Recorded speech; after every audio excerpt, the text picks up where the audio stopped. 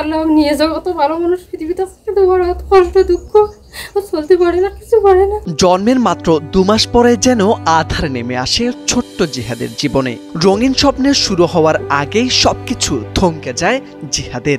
অজানা এক অসুস্থতা কেড়ে নেয় তার বাকশক্তি, চলাচলের ক্ষমতাও হয়ে পড়ে নিষ্ক্রিয়। চোখের স্বপ্ন থাকলেও শরীর তাকে আর সাড়া দেয় না। হামাগুড়ি দিয়েই কাটাতে হচ্ছে তার জীবন। তবুও থেমে থাকেনি জিহাদ। হুইল চেয়ারে বসেই আঁকতে থাকে নিজের স্বপ্নের নকশা। চাওয়া ছিল একটাই, আল্লাহর কালাম মুখস্থ করে হাফেজ হওয়া, ইসলামের আলো অন্যদের মাঝে ছড়িয়ে দেওয়া। কারণ তার মন ছিল সীমাহীন, আর সাহস ছিল পাহাড় সম। আমার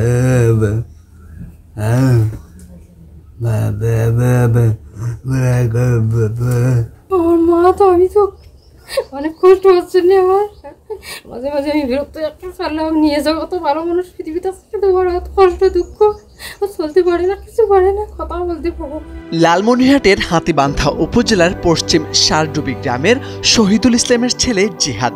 জিহাদের বাবা নিজের সবটা দিয়ে ছেলেকে আগলে রেখেছেন। জীবন আর অভাবের সঙ্গে প্রতিনিয়ত সংগ্রাম করে তিনি ঢাকায় রাজমিস্ত্রির কাজ করেন।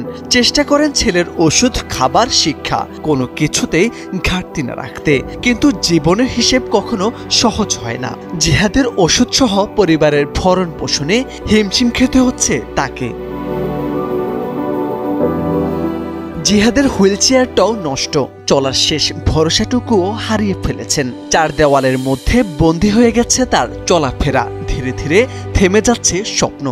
একটা শিশু যার জীবন শুরু হয়েছিল সীমাবদ্ধতার সঙ্গে, এখন সেই সীমাবদ্ধতাও যেন আরও এক ধাপ এগিয়ে তাকে গ্রাস করেছে। তবুও তার চোখে এখনো এক চিলতে আশা খেলে যায়, হয়তো কেউ এগিয়ে আসবে, তার বন্ধ হয়ে যাওয়া চলার পথটা আবার খুলে দিবে।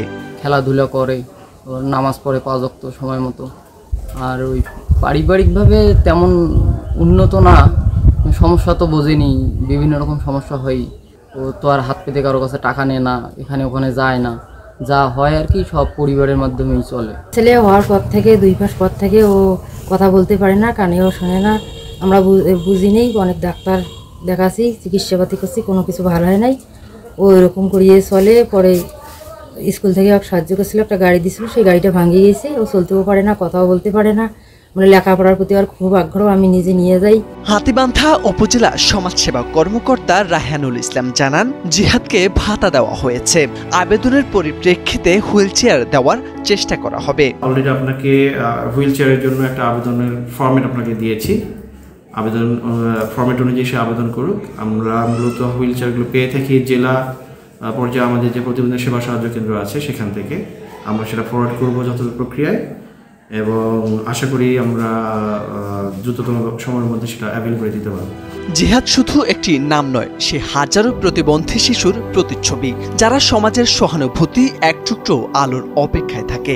একটুখানি ভালোবাসা, সহায়তা আর সমাজের সদিচ্ছায় বদলে যেতে পারে তার জীবনের গল্প। মোর্শেদ আলম, সময়ের আলো।